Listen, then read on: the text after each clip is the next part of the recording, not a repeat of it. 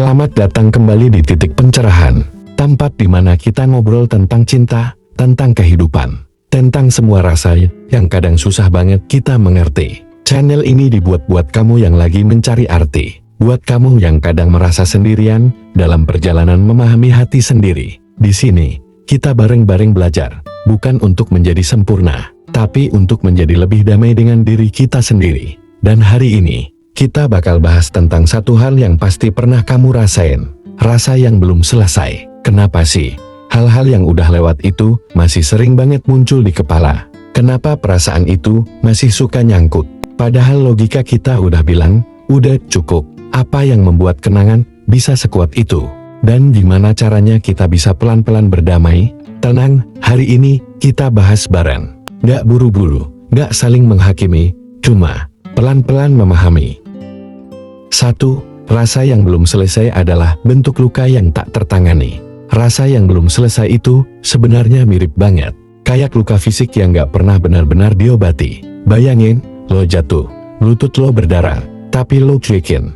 Awalnya, mungkin lo pikir, nanti juga kering sendiri. Tapi ternyata, karena gak dirawat, luka itu jadi infeksi, jadi makin sakit. Sama juga kayak perasaan, waktu kita mengalami kehilangan, kekecewaan, atau perpisahan, seharusnya ada momen di mana kita berhenti, menatap luka itu, dan merawatnya. Bukan malah pura-pura nggak sakit, bukan malah sibuk ngedistract diri dengan kesibukan, dengan orang baru, atau dengan 1000 alasan, supaya nggak perlu merasa. Karena luka yang diabaikan, tetap ada. Dia nggak pergi, dia cuma ngumpet.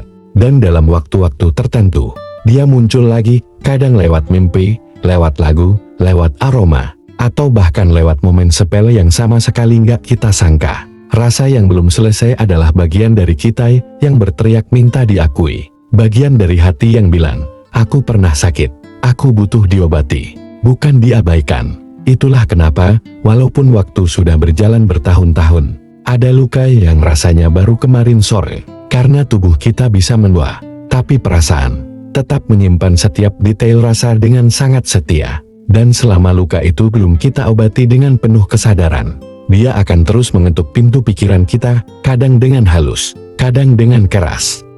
2. Kenangan tidak bisa dihapus, tapi bisa dimaafkan. Banyak orang berpikir, satu-satunya cara supaya bisa move on adalah dengan melupakan. Padahal, kenyataannya, manusia itu makhluk yang penuh ingatan. Kita nggak bisa benar-benar melupakan orang yang pernah berarti dalam hidup kita. Dan itu wajar. Itu manusiawi. Yang bisa kita lakukan bukan menghapus, tapi memaafkan. Memaafkan kenangan. Memaafkan diri sendiri. Memaafkan ekspektasi yang dulu kita bangun. Ada kalanya kita marah, kenapa kita dulu sebegitu bodohnya percaya. Ada kalanya kita nyalahin diri kenapa kita terlalu berharap. Ada kalanya kita benci kenapa kita nggak cukup kuat untuk pergi lebih dulu. Tapi semua itu adalah bagian dari perjalanan kita. Bagian dari cara kita mencintai. Bagian dari cara kita belajar. Memori itu bukan musuh. Yang jadi musuh adalah cara kita menyiksa diri dengan memori itu. Kalau kita bisa melihat kenangan sebagai sesuatu yang pernah indah, pernah berarti, pernah menjadi bagian dari tumbuhnya diri kita, maka perlahan rasa sakitnya akan bergeser.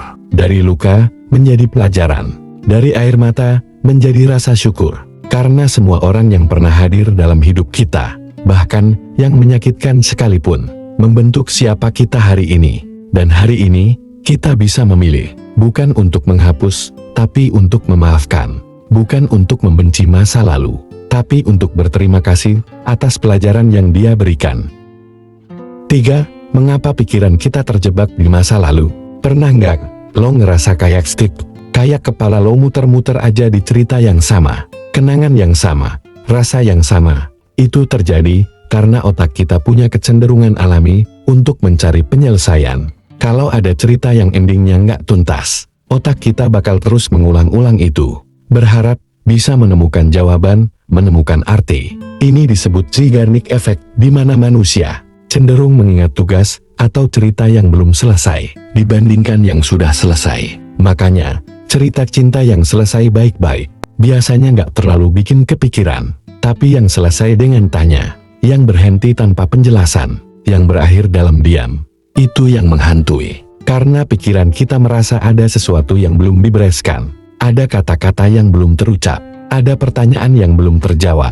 Itu sebabnya kenapa kadang kita sulit banget tidur. Sulit banget move on, sulit banget fokus. Karena otak kita sibuk bolak-balik ke masa lalu. Mencari penyelesaian yang mungkin sudah mustahil ditemukan. Satu-satunya jalan adalah menciptakan penyelesaian kita sendiri. Bukan dari dia, bukan dari masa lalu, tapi dari keputusan sadar kita untuk berkata dalam hati, aku mungkin gak akan pernah tahu semua jawabannya, tapi aku memilih untuk tetap berjalan ke depan. Dan dari situ, perlahan, kepala kita belajar menerima ketidakpastian. Belajar menerima bahwa nggak semua cerita butuh ending yang sempurna untuk bisa kita tutup. 4. Rasa yang belum selesai adalah undangan untuk bertumbuh. Kalau hari ini, kamu masih merasa kepikiran, masih merasa sesak, masih merasa belum selesai, jangan buru-buru merasa bersalah. Karena rasa itu bukan kelemahan. Rasa itu adalah undangan. Undangan untuk mengenal diri sendiri lebih dalam. Undangan untuk memproses luka yang mungkin sudah lama kita abaikan. Undangan untuk bertumbuh menjadi versi kita yang lebih kuat, lebih bijak, lebih penuh cinta. Coba pikirkan, kalau kita nggak pernah patah hati, kita nggak pernah belajar seberapa kuat hati kita untuk sembuh. Kalau kita nggak pernah kehilangan, kita nggak pernah belajar menghargai kehadiran.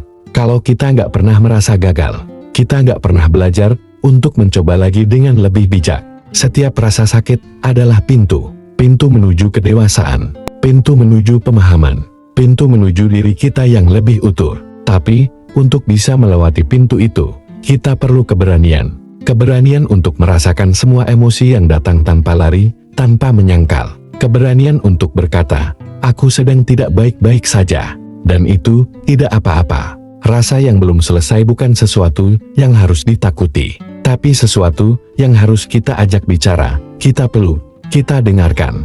Karena dari situ, kita akan menemukan kebijaksanaan yang gak bisa diajarkan oleh buku manapun. 5. Belajar menutup cerita tanpa butuh penjelasan. Akhirnya, kita sampai di bagian paling penting. Bagaimana menutup cerita tanpa harus punya semua jawaban?